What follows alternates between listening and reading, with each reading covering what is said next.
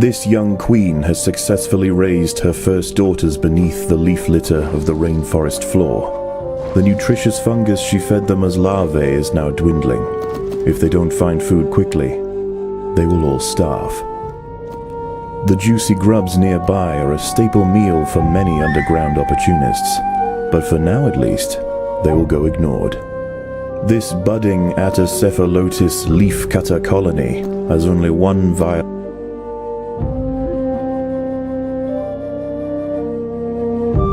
source of food, and it must be collected above ground.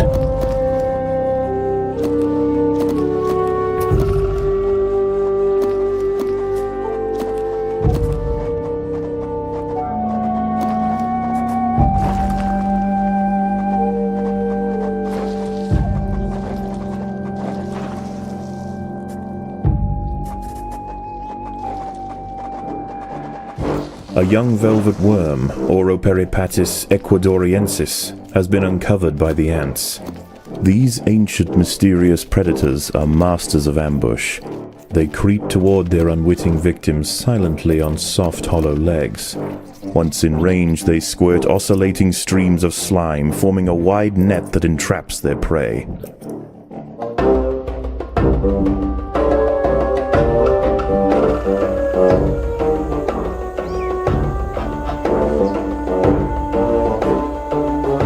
The small scouting party of minor workers could lead any number of deadly jungle creatures back to their undefended queen. They will need time and luck on their side.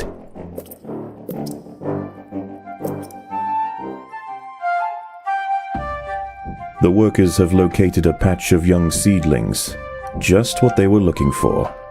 The leaves are soft enough to be sliced up with ease and carried back to the nest.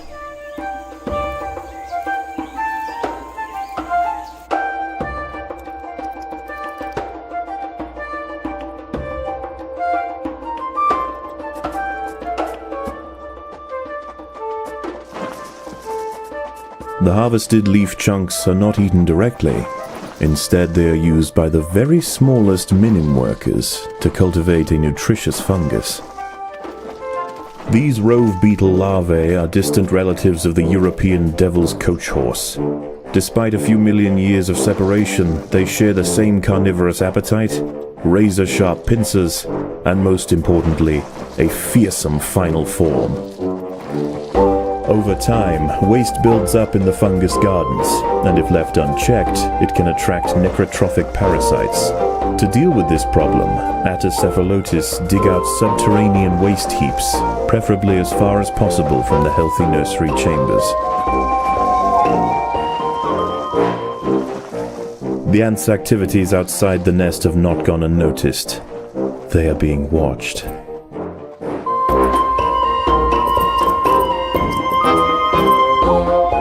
Waste is building up in the fungus gardens. The leafcutters need to dig out a refuse dump.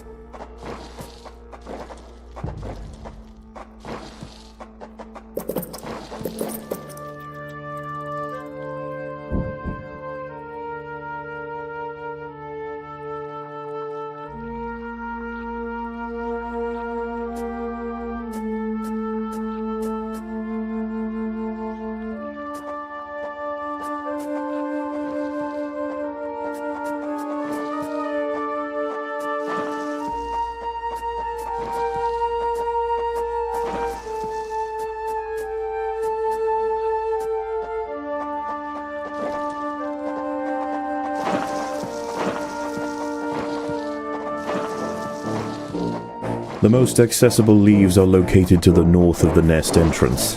However, another atta colony has already laid claim to them. The close proximity of these nests places the two colonies in direct competition with one another. Time will tell which has the potential to grow into a great empire, and which will submit to the unforgiving law of the Undergrowth.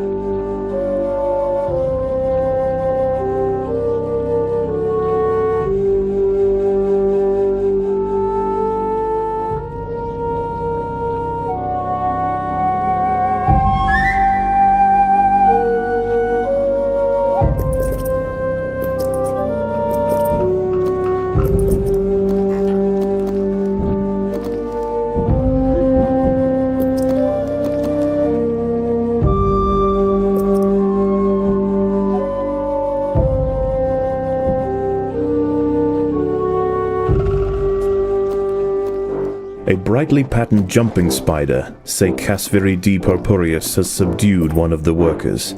This expert solo hunter combines extreme agility with incredible forward vision, allowing it to pounce on unsuspecting prey with pinpoint accuracy.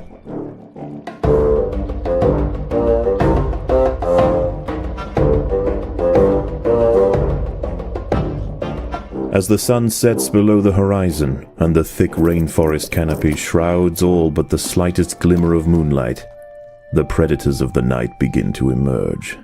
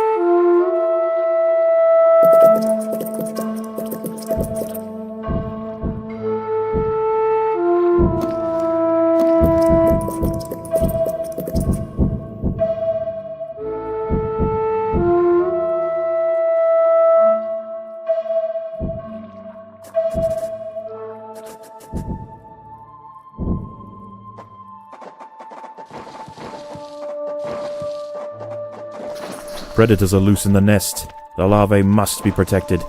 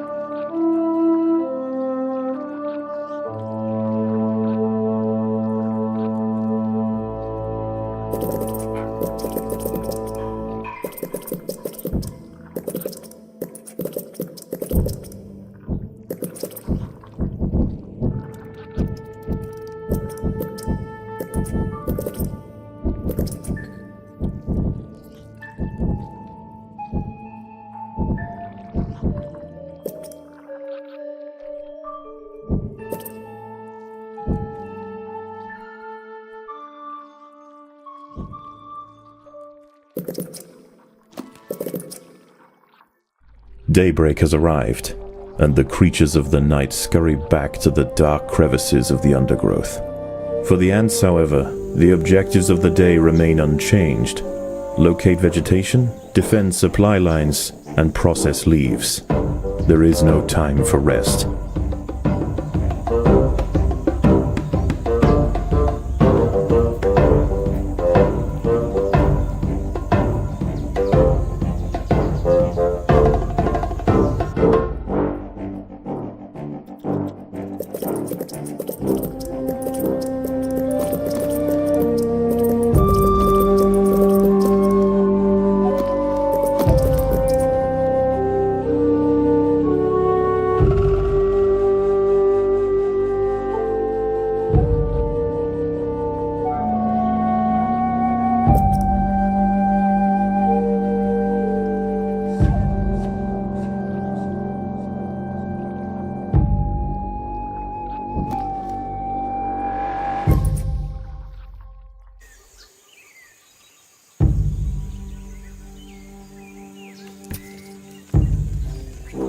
The battle has begun.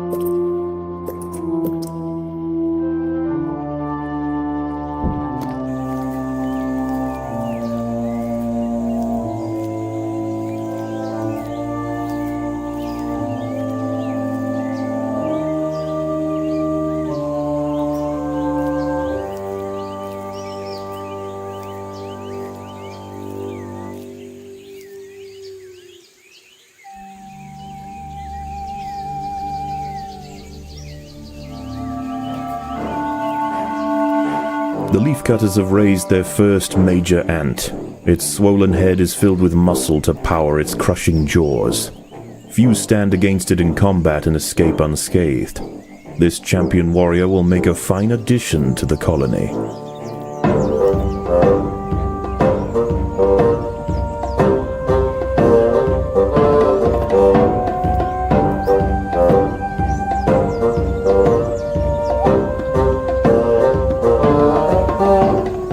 Leafcutters aren't the only ants nearby. Whilst the two atta colonies joust for territory, Odontomachus bauri trapjaws roam the clearing.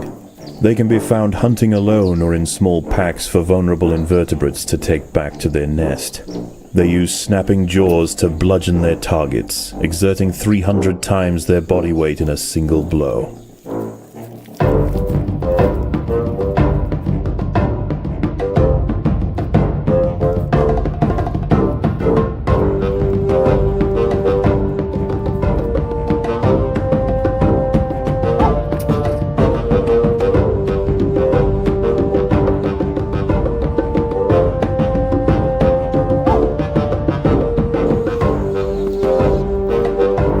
The ants will fight to the death.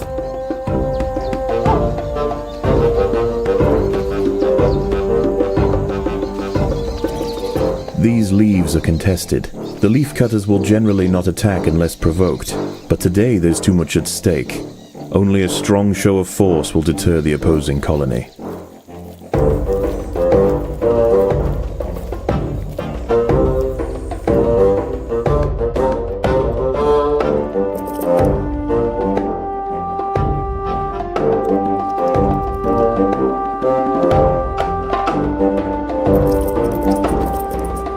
The workers have done all they can to improve this refuse dump.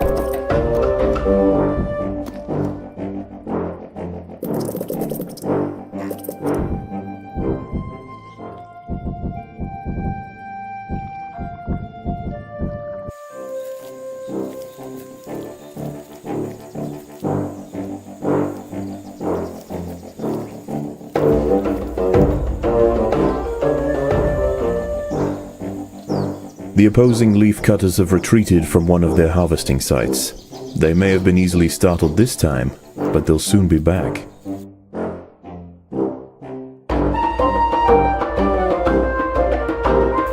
And in greater numbers.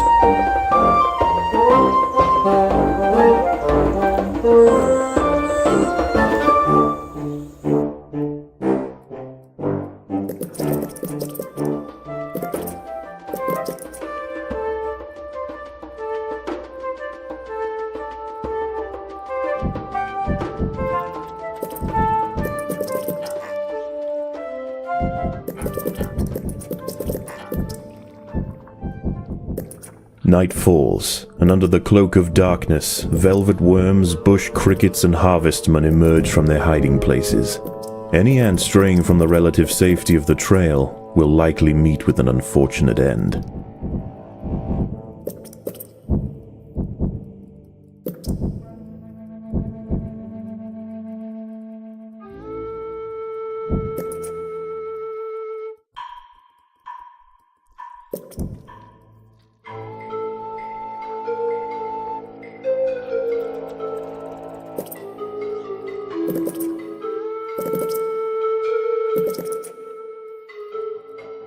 The battle has begun.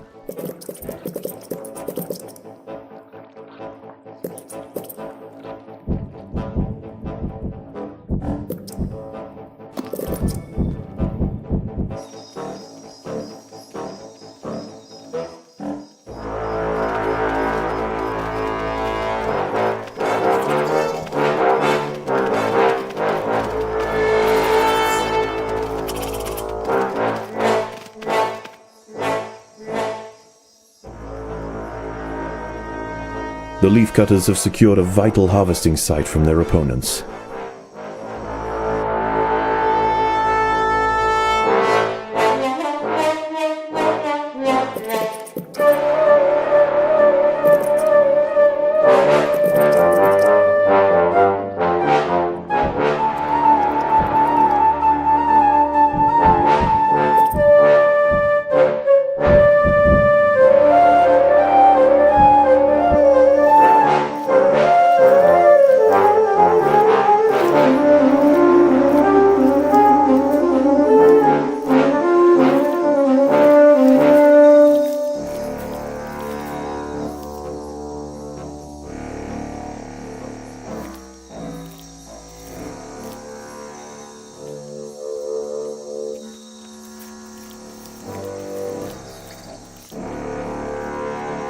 The ants have been spotted by a small velvet worm outside the nest.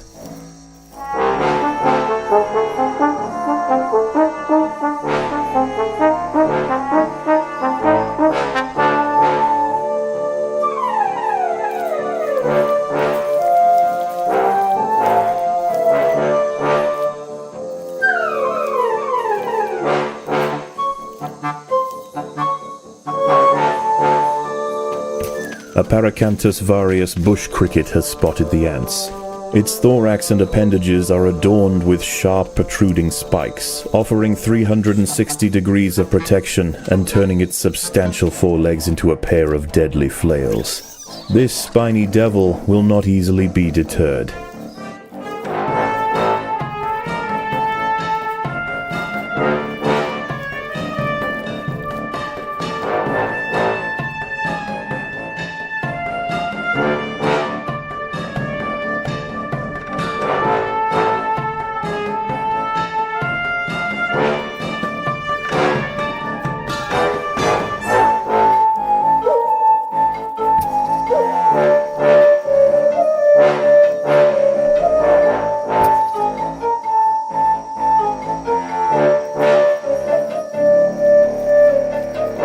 The ants must defend themselves.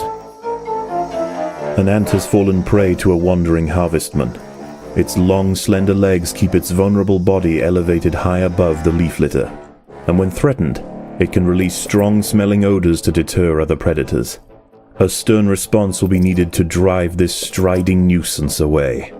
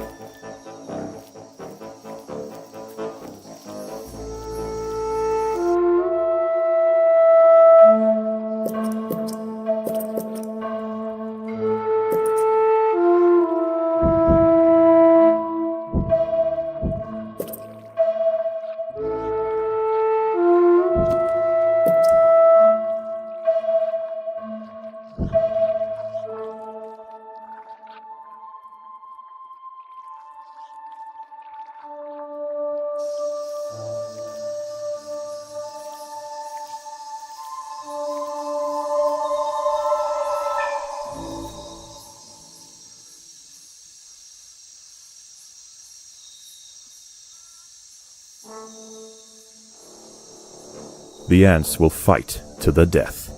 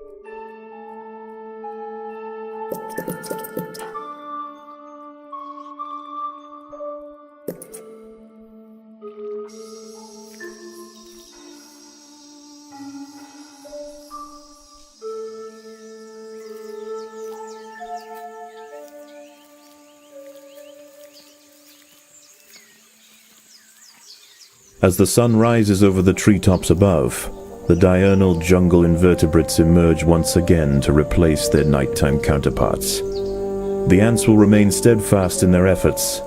All must be risked for the harvest.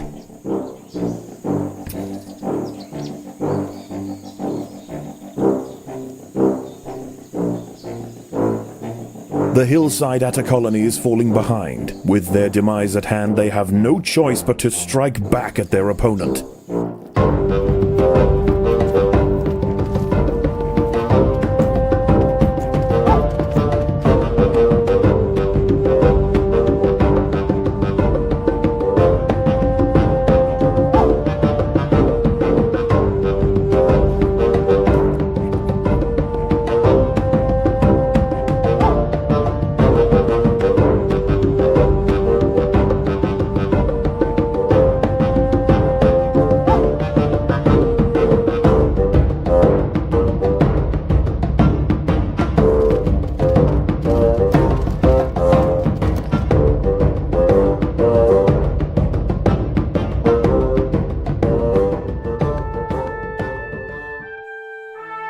The ants have subdued their rivals and achieved dominion over the clearing. As the competition withers, they will extend their territory in all directions, firmly establishing their agricultural empire. One day this colony will number in the millions.